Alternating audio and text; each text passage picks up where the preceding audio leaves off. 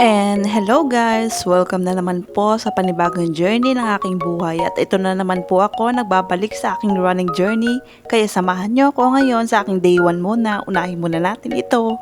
Let's go! At syempre, ang routine ko din bago ako tumakbo ay mag-sunblock muna ako para iwas itim na din at ma-sunburn habang tumatakbo. At syempre, kahit nga din umuulan or medyo makulimlim ang panahon ay tuloy-tuloy pa rin ang aking pagtakbo. Kaya minsan naglalagay din ako ng baby oil sa aking katawan para pag sumasabak ako sa malalamig or sa ulan ay hindi ako nagkakasakit minsan or nilalamig yung katawan ko, 'di ba?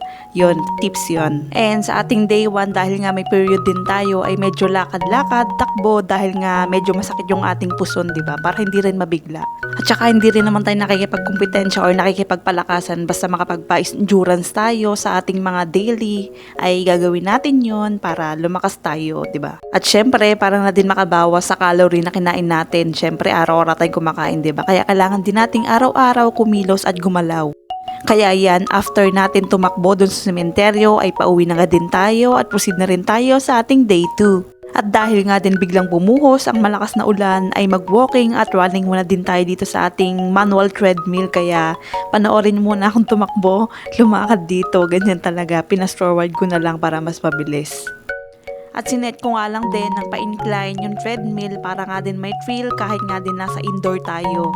At syempre para nga din hindi tayo mabagot ay nag-headset or nanonood tayo ng nanonood tayo ng mga podcast. Syempre pampagana din habang lumalakad at tumatakbo tayo.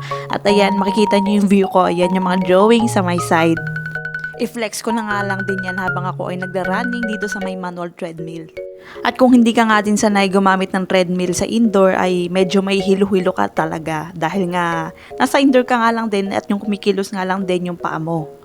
At pagkatapos nga din ng ating pagte-treadmill ay nag-sit up at nag-push up nga din ako dahil nga din medyo nakulangan din ako sa aking ginawang exercise ngayong araw ng day 2. Kahit nga din maliit nga lang din yung space na meron ako ay pinagkasya ko na lang din yung sarili ko para nga din makapag-exercise ako kahit nga din nasa indoor ako. At syempre, every after or before ako mag-workout ay nililinis ko itong aking sahig para nga din malinis at syempre walang pawis-pawis.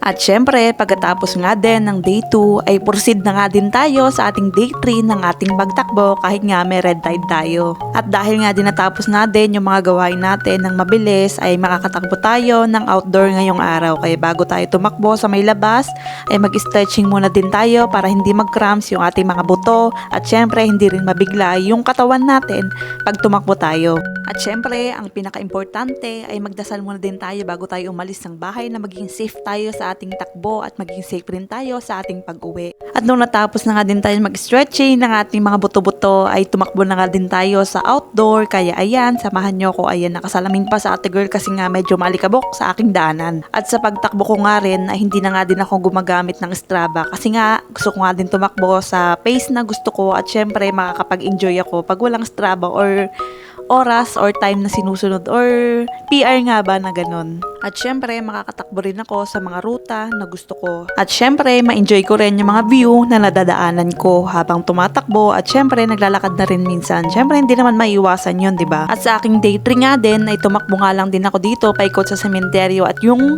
takbo ko ay hindi ko na i-record sa Strava kasi nga nakalimutan kong i-resume pagkatakbo ko doon sa may Mapalad, Santa Rosa. Kaya ayan, pagod ang ante nyo, kaya mag-hydrate muna siya ng chocolate, di ba? Ayos, chocolate ang pang-hydrate ni ante social. At dito nga din sa pagtakbo ko sa sementeryo ay may mga nakakasabay din akong tumatakbo at tumalakad dito. Dahil nga din sobrang kalma dito dahil nga syempre mga puntod yun na dadaanan mo, 'di ba, dito. Talagang tahimik, 'di ba? At talagang safe ka nga lang din dito sa mga motor, mga sasakyan kasi nga pwede kang mag-walking dito hapon man or umaga basta may kasama ka lang din kasi baka mamaya may iba ka ng kasama katulad ng multo, charot. Di ako naniniwala doon. Basta natakot pa ako sa tao. O 'di ba, kabilis nga lang din ng araw. Pang-day 4 ko na nga lang din ito na aking pagtakbo. At ayan, medyo nabubulol pa lang ako sa aking pagbo-voice over. Pero kahit nga din medyo nabubulol tayo sa ating pagbo-voice over, ay mas gusto ko na nga din ito dahil nga yung totoong boses yung ginagamit ko kaysa naman gumamit ako ng AI na boses. Diba? At ayun nga, balik nga tayo sa ating day 4 ng ating pag-running kahit may red tide tayo. At ayun nga, ang lakas nga lang din ng loob kong tumakbo ngayong araw kahit nga medyo makulimlim na naman ang panahon. Tuloy-tuloy pa rin ako sa aking pagtakbo. Ayan, walang takot si Antonio sa sementeryo na naman. At syempre, bakit nga ba tayo matatakot dito sa sementeryo, di ba? May mga kasama ka lang din naman tayong tumakbo ngayong araw ng ating day 4. At syempre, ang aking routine bago ko mag-start ng aking running ay mag-stretching muna ako or mag-warm up bago ko tumakbo. At ang gagawin kong run ngayong araw ay speed run. Syempre, maintain lang yung pace habang tumatakbo ng mabilis at tuloy-tuloy. Hanip na yan, may motor pala dun sa may gilid, buti na lang hindi ako nasagasaan. Ayan, ngayon ko lang nakita sa may video. At dahil nga din, unti nga lang din yung clip na tumakbo tayo sa sementeryo ay ayan lang na lang muna ang aking ipapakita ng mga video. At pagkatapos pa nga lang din ng warm up, ayan, pawis na nga din ako. At nung nakatakbo na nga din ako ng sprint or speedrun dito sa sementeryo ay tumuloy na nga din ako umuwi at ayan, bumuhos na nga yung ulan. Basa na naman yung aking mga gamit na sapatos or yung mga cellphone din, buti na lang nakasupot at hindi nabasa. At nakauwi nga din tayo ng safe sa ating tahanan ngayong araw. At pagtapos nga din ng isang araw ng day 4 ay proceed na nga din tayo sa aking day 5. At dahil nga din nabasa yung sapatos ko dahil nga umulan kagahapon ay magi-indoor muna tayo.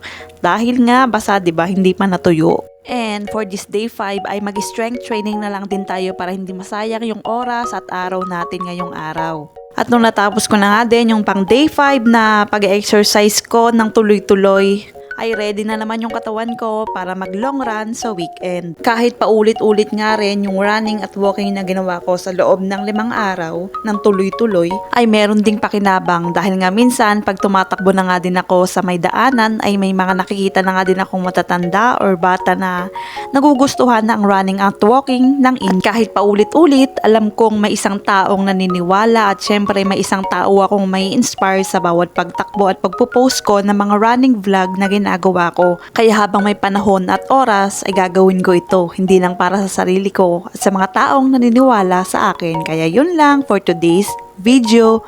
Paalam at maraming salamat po. Bye!